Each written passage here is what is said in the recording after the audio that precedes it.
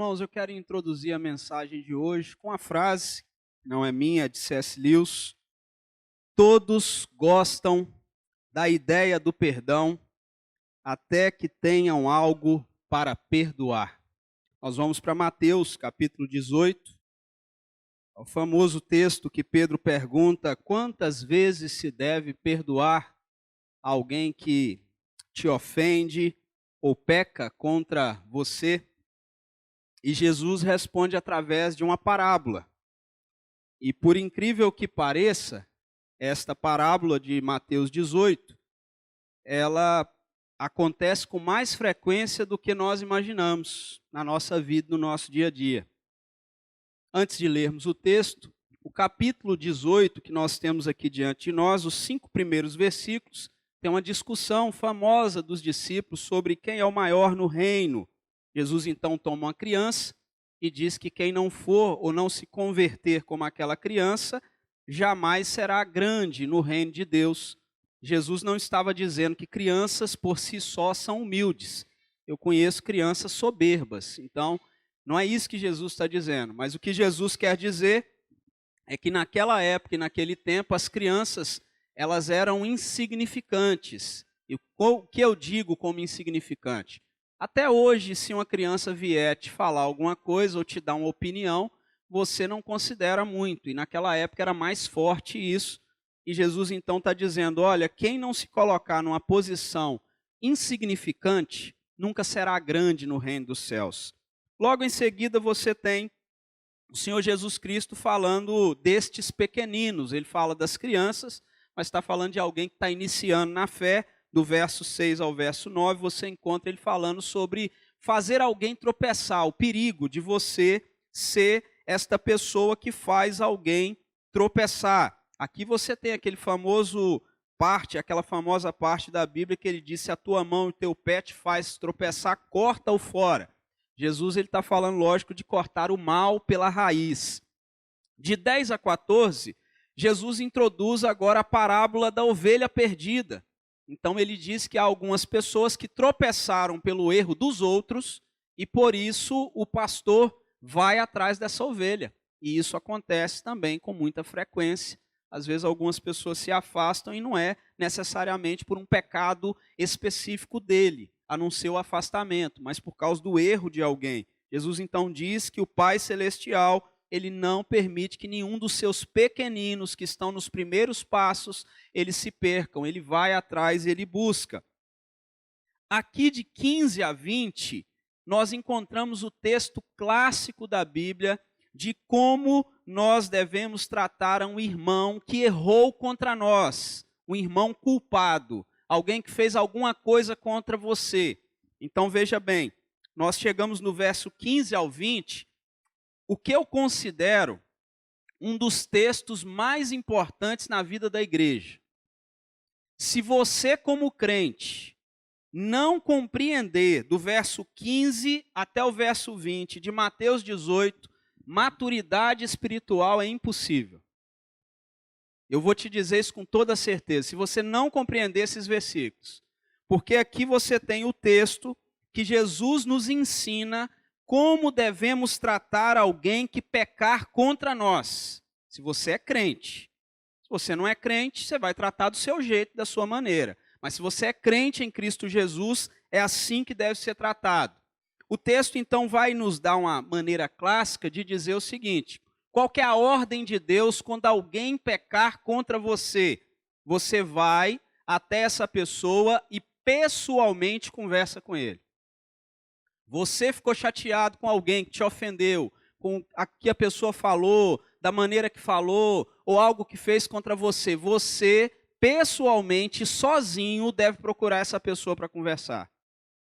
Se este irmão não te ouvir, você deve chamar 1 ou 2 como testemunhas para que você possa mais uma vez conversar com esse irmão. Se este irmão não ouvindo você com mais 1 ou 2 testemunhas, então você deve levar o assunto para a igreja. No nosso caso, para o conselho, para os líderes que são os representantes da igreja. Se ele recusar ouvir a igreja, considere o gentio ou publicano. O gentio era alguém que não era judeu nesta época, e o publicano era o judeu que cobrava impostos do próprio povo. Mateus, por exemplo, era um publicano quando Jesus o chamou, e era considerado um traidor da pátria. Então, considere essa pessoa um não crente, alguém que não é do povo de Deus. Só que aí, quando nós olhamos para esse texto, está aqui também neste texto 3 versículos que eu considero os que são mal usados ou usados fora do contexto. Versículo 18, 19 e 20. Esses 3 versículos são muito usados para pensar em prosperidade, para pensar em outras áreas, mas eles estão falando, por exemplo, 18, o que ligardes na terra terá sido ligado no céu. Muita gente usa isso para falar sobre prosperidade, ganhar coisas diante de Deus, mas eu quero te lembrar que o contexto desse versículo é um contexto de conflito e relacionamento. É esse tipo de ligação que Deus está falando. Se esse irmão não quer ouvir você pessoalmente, nem 2 ou 3 testemunhas, nem a igreja, e você desligá-lo, é isso que está acontecendo. O texto está falando especificamente disso. O outro versículo, 19, já vai falar sobre 2 pessoas ou 3 pedirem algo em conjunto, então Deus ouvirá. Mais uma vez nós estamos falando do conflito, do relacionamento, é o contexto que está aqui inserido no texto. E por fim, o mais usado fora do contexto, verso 20, porque onde estiverem 2 ou 3 reunidos em meu nome, ali estou no meio deles. De forma assim majoritária, as pessoas gostam deste versículo para orarem diante de Deus ou até falarem e usarem esse versículo quando a reunião de oração tem poucas pessoas ou o encontro do estudo tem poucas pessoas, mas eu quero te lembrar que ele está conectado com um texto de conflito e relacionamento. Não que o Senhor não esteja presente quando 1 ou 2 dos teus servos esteja orando e buscando a Deus. Mas nesse versículo especial, ele está ligado ao que está se passando. Olha o verso 16. Pelo depoimento finalzinho de 2 ou 3 testemunhas, toda a palavra se estabeleça. Ou seja, Deus está falando exatamente nesse sentido. Onde estiverem 2 ou 3 reunidos em meu nome, ali estarei. Quando acontecer um conflito e você e mais 2 pessoas forem lá para tentar resolver aquele conflito, em nome de Deus, Deus está presente para resolver aquela situação. É disso que se trata. Nós precisamos nos lembrar disso. Salmo 133 fala que onde está o povo do Senhor reunido, ali ele ordena bênção. Ali ele ordena bênção. Nós continuamos pensando então na proposta do verso 21 até o verso 35, que é o que nós temos para essa noite. Nós não vamos caminhar versículo por versículo, nós vamos ver as atitudes de cada um dos grupos ou pessoas que estão nesse texto. Mas aqui você tem uma proposta muito tranquila, a partir do verso 21. Primeiro você tem Pedro perguntando quantas vezes se deve perdoar um irmão, e ele sugere, na pergunta dele, se são 7 vezes. Pedro ouve uma resposta de Cristo que não são só 7 vezes, mas 70 vezes 7. Logo em seguida, Jesus conta uma parábola. E a parábola que ele conta fala sobre um rei, e esse rei resolveu ajustar contas com seus servos. E um dos servos, ou parece que é o primeiro que ele vai ajustar contas, é o que devia uma quantia imensa, 10.000 talentos, e esse servo não tinha como pagar. O rei imediatamente já traz uma condenação sobre a vida dele. E a condenação envolve ele ser vendido como escravo, a esposa ser vendida como escravo, os filhos serem vendidos como escravo e tudo que era dele ser levado para que ele pague a dívida. Depois que ele ouve a sentença, ele então implora aquele senhor. O texto diz que ele reverentemente se dobra e ele então roga por misericórdia, desesperado por causa daquela dívida. O texto então nos diz que esse rei, esse senhor, movido de compaixão, perdoa a dívida completa. Então ele sai e no perdão desse senhor você encontra 3 coisas que ele faz. Ele se compadece, manda embora e perdoa a dívida. Mas quando esse servo sai, imediatamente ele encontra alguém que lhe deve cerca de 1% do que ele devia. e quando ele encontra esse conservo, alguém que estava abaixo dele no trabalho, o texto então diz que ele agarra ele pelo pescoço, sufoca e diz: pague a dívida. O conservo faz o mesmo que ele fez. Implora por perdão, dizendo: olha, tenha paciência comigo e te pagarei. Mas ele não dá ouvidos. Ele pega esse conservo, joga na cadeia, porque é o que estava na lei naquele tempo, joga na cadeia até que a dívida seja paga. Outros servos, companheiros, é assim que diz o texto, viram tudo que aconteceu. E eles ficam com senso de justiça, movidos de tristeza, angústia e dor. Eles então vão contar para esse senhor. O senhor, quando sabe do que aconteceu, do que ocorreu, chama aquele servo perdoado de volta. A dívida que estava riscada, ele deixa de riscar. Ele pega essa dívida e fala: ela está em vigor ainda, e você será lançado ou entregue aos verdugos, que numa tradução livre seria torturadores. Agora não é mais a mulher, os filhos e tudo que tem, é só ele. Ele é entregue aos torturadores, e Jesus, ele conclui essa parábola dizendo: é assim que Deus vai agir se vocês também agirem assim. Vamos ler o texto? A partir do verso 21 de Mateus 18 diz: então Pedro, aproximando-se, lhe perguntou: Senhor, até quantas vezes meu irmão pecará contra mim que eu lhe perdoe? Até 7 vezes? Respondeu-lhe Jesus: não te digo que até 7 vezes, mas até 70 vezes 7.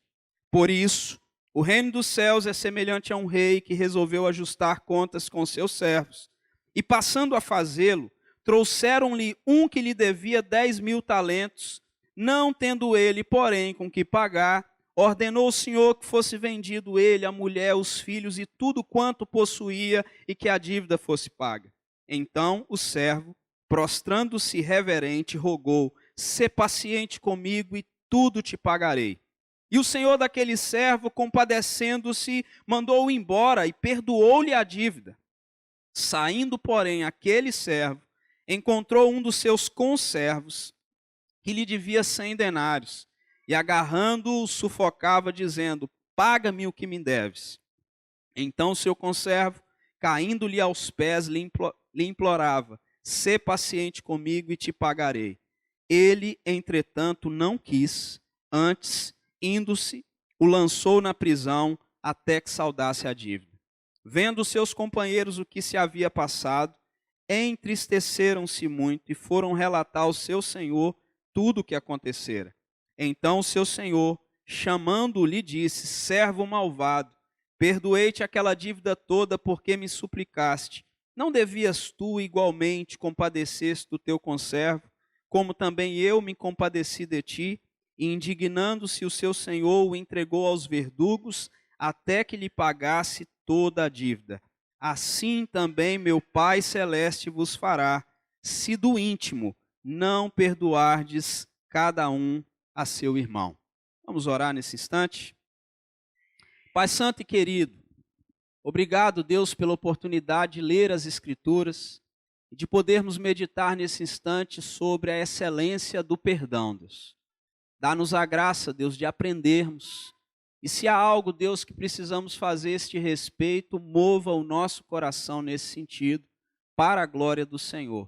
É em nome do Senhor Jesus Cristo que nós oramos. Amém, Senhor. Meus irmãos, o texto que nós temos diante de nós, ele nos introduz uma pergunta. A pergunta é Pedro que faz, e eu traduzi ela dessa forma para ficar melhor para nós. Há limite para o perdão? Porque essa é a pergunta que Pedro faz. Há limite para o perdão? Se você olhar para a história que Jesus conta logo em seguida, ou até mesmo para o modo como ele diz, como se deve tratar um irmão que pecou, você vai perceber que há um longo caminho até considerar alguém não crente. Até considerar alguém que não é da família de Deus. Mas em momento nenhum Jesus diz que não deva perdoar essa pessoa. Ou essa pessoa não deva ser perdoada. Pense bem, quando nós pensamos sobre o perdão, e esta pergunta, há limite para o perdão?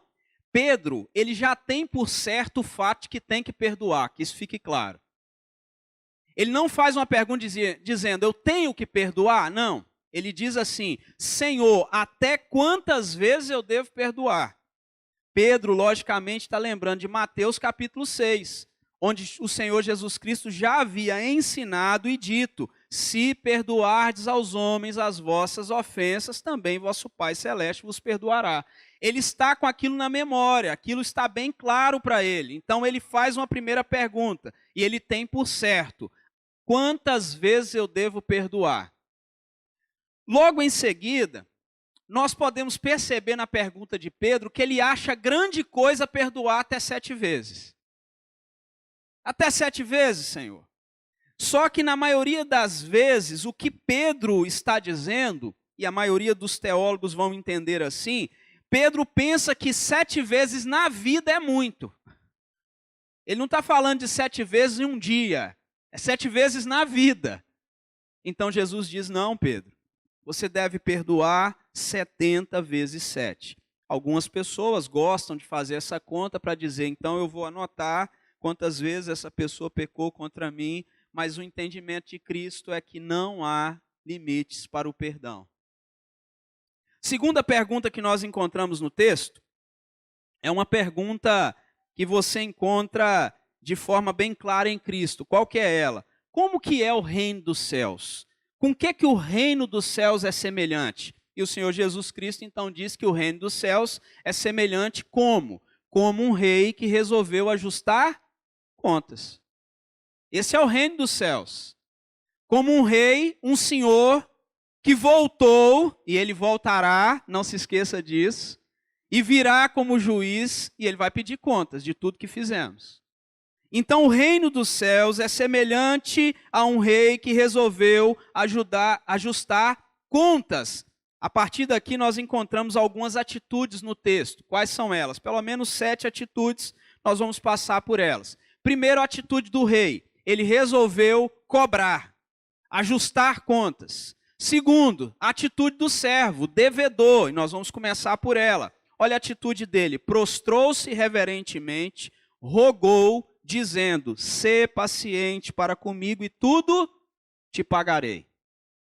Logo em seguida, você tem a atitude do rei novamente, agora já é um rei com atitude compassiva, de cobrador para compassivo. Você encontra um rei que ouve o que esse servo diz, rogando com reverência, então diz o texto, compadeceu-se dele, mandou embora, a Bíblia, a tradução que você encontra aqui é muito bonita, mas é como se dissesse assim, suma da minha frente. É isso que está escrito aqui, desapareça. Então ele pega o papel e perdoa a dívida. E chama o próximo. A atitude do servo você encontra no texto de novo. O servo perdoado, diz o texto que ele encontra um conservo. Alguém que lhe devia bem menos. Agora uma palavra, uma pausa aqui para todos nós que já passamos por algum pecado que trouxe escândalo, dor e vergonha. Esse aqui é o papel que acontece com muitas pessoas que foram perdoadas grandemente. Às vezes a pessoa tinha tudo para perder tudo. Tudo, absolutamente tudo. Preste bastante atenção. Esse homem ia perder a si mesmo, porque ele ia ser preso como escravo. A mulher, porque ela ia ser presa como escravo. Os filhos, que iam ser presos como escravo. E tudo que ele possuía. Ele ia perder tudo. E olha, na maioria das vezes, mais um motivo de atenção para nós. Depois que nós passamos por um momento de graça de Deus e de perdão imenso de Deus, quase sempre aparece a oportunidade de alguém que erra contra você e você tem que demonstrar misericórdia. E nós corremos o risco de fazer como esse servo. Olha o que ele faz. Encontrou o conservo que lhe devia bem menos. O pecado do conservo era bem menor do que o dele. Agarrando, o sufocava. E o servo pede, implora, diz o texto, a atitude do conservo, implora, prostrado aos seus pés, e fala com ele o quê? Ser paciente comigo e te pagarei. Só que o texto diz que o servo não quis. Entretanto, não quis. Lançou na prisão até que pagasse a dívida. E sabe, diferentemente do que Jesus ensinou do verso 15 a 20, esse servo fez isso à vista de todo mundo. Em vez de chamar quem lhe devia à parte, os companheiros viram tudo que ele fez. Olha o que diz aí o texto, quando você caminha no texto, vendo os seus companheiros o que se havia passado, eles viram. Ele fez à vista de todas as pessoas. E a atitude dos companheiros, olha lá, viram o que aconteceu, entristeceram-se muito, foram relatar ao Senhor, e esses companheiros aqui têm senso de justiça, sim ou não? Só que eles nos ensinam mais. Quem é a fonte de resolução das nossas queixas? O Senhor, o Rei. Como aquele hino, andas triste, carregado de pesares e de dor, vá a Jesus eterno abrigo, com fé teu mal expor. Perceba bem, esse é um chamado bíblico para nós. Você tem uma queixa, uma angústia, uma dor, leve para o Senhor. E esses companheiros levaram exatamente para o Senhor. E depois que levam para o Senhor, nós estamos ali no 6º ou 7º ponto, você encontra a atitude do Senhor novamente. Ele chamou o servo e ele então diz para ele assim: perdoei-te aquela dívida toda. Perdoei-te aquela dívida toda, porque me suplicaste. Então ele diz o seguinte, verso 33, não devias tu igualmente compadecer-se do teu conservo, como também eu me compadeci de ti? Ele explica o que esperava daquele servo diante de tão grande perdão. Ele explica o que ele esperava. Ele diz assim, sabe o que eu esperava de você? O que eu esperava de você é que você fizesse o mesmo que você recebeu. A mesma graça que você teve, o mesmo amor que você teve, o mesmo perdão que você recebeu, o que você devia ter feito é o mesmo. O texto então nos informa que o Senhor, o Rei, ficou indignado e entregou aquele homem aos verdugos, como eu já disse, aos atormentadores ou torturadores, até que pagasse toda a dívida. Meus irmãos, o Senhor Jesus então termina esse trecho dizendo: assim também meu Pai Celeste vos fará, se do íntimo não perdoardes cada um a seu irmão. Esta é uma sentença, irmãos, que eu considero sinceramente terrível. Porque o Senhor Jesus Cristo, ele mostra aqui diante de nós um pouco da nossa própria imagem. Esse servo perdoado grandemente somos nós. Que muitas vezes nas primeiras falhas das outras pessoas, nós queremos sangrar as pessoas. Tirar até o caldo das pessoas. E às vezes nós fazemos isso logo depois que somos grandemente perdoados. Por isso, atenção, vigia. Porque às vezes nós agimos exatamente assim depois de receber uma grande graça de Deus. Nós então vamos pensar aqui agora em algumas resoluções para a nossa vida, algumas colocações que são importantes. Aqui esse texto mostra o poder do perdão. E diz que o perdão vai além do ato em si. Nós precisamos nos lembrar. Porque o perdão, segundo esse texto, ele molda a nossa vida e também molda a vida de quem está ao nosso redor.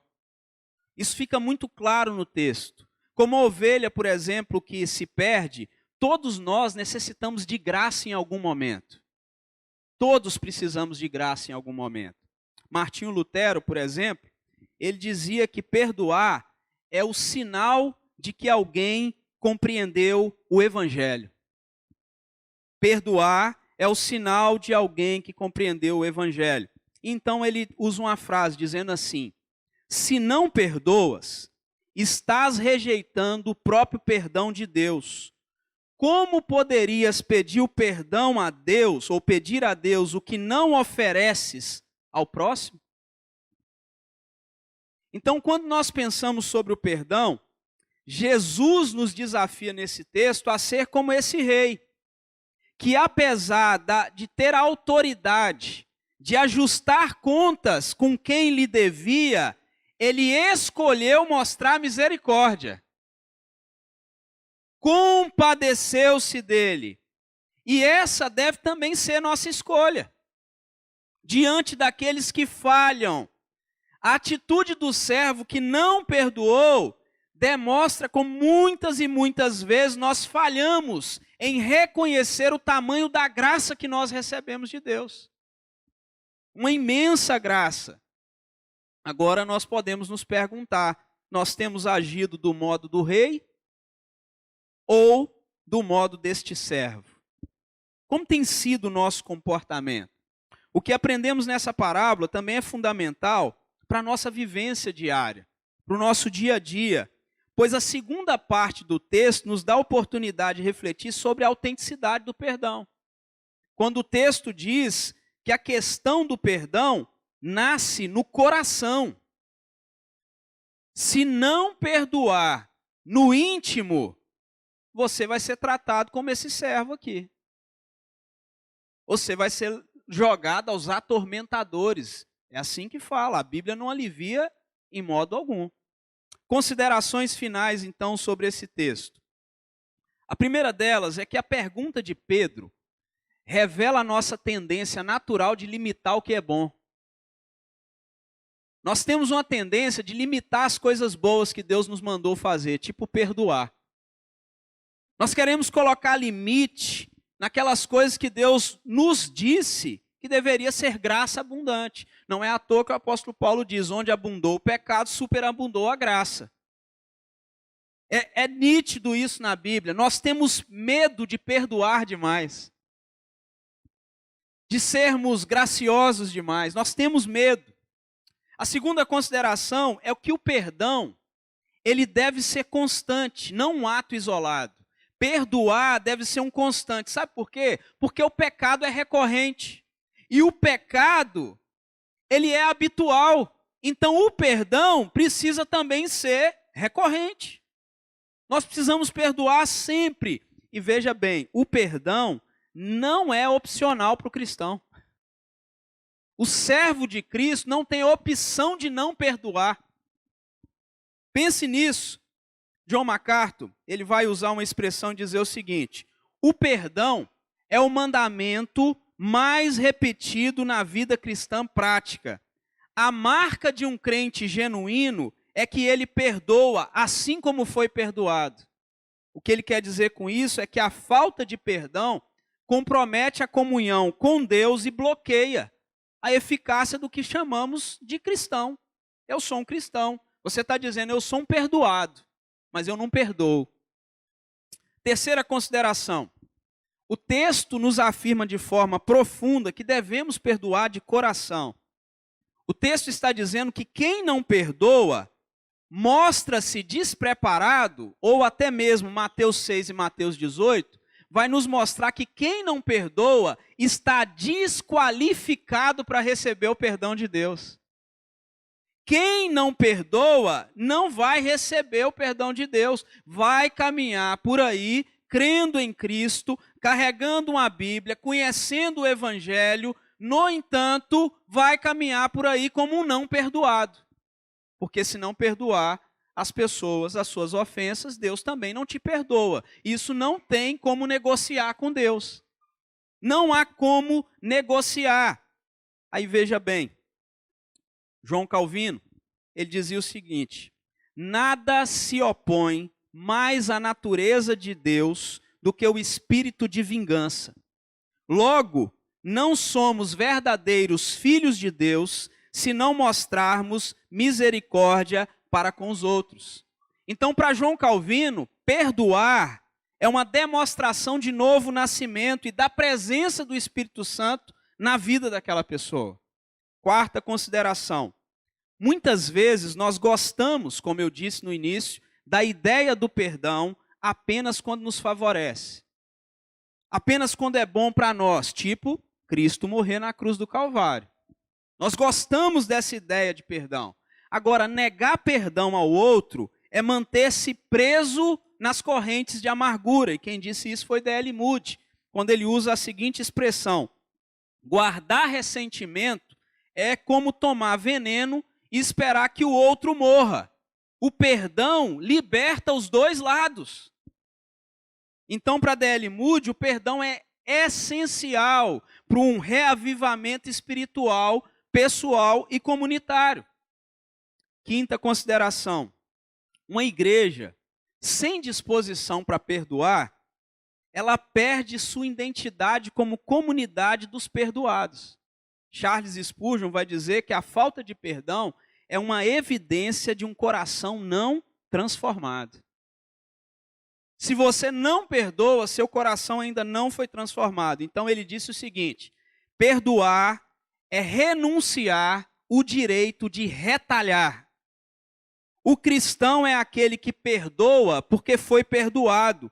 E isso com um perdão muito maior do que jamais será capaz de conceder.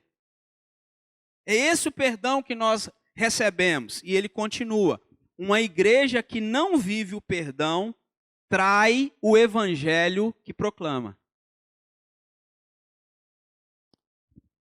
Consideração penúltima. Tomás de Kempis, ele escreveu uma das literaturas cristãs mais célebres que existiu. Nós estamos falando de um monge católico, um monge agustiniano. E o que esse monge disse serve muito para nós. Ele diz o seguinte: sofre com paciência os defeitos dos outros, pois também tens os teus.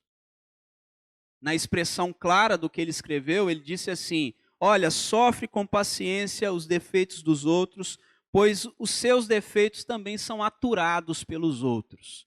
Mas ele continua: sabes desculpar a ti mesmo, mas não aceitas as desculpas dos outros. Quantas vezes nós somos rápidos em explicar os nossos pecados, os nossos erros, mas somos bem duros quando alguém erra contra nós. Por fim, eu encerro como comecei. Todos gostam da ideia do perdão, até que tenham algo para perdoar. Será que tem alguém que você precisa pedir perdão? Ou alguém que você precisa perdoar? Esse é o chamado de Deus para a nossa vida hoje. Você pode fazer isso hoje, ou pode fazer esta semana. Ore a Deus, peça a Ele oportunidade de pedir perdão a quem tem que pedir e de perdoar quem precisa ser perdoado.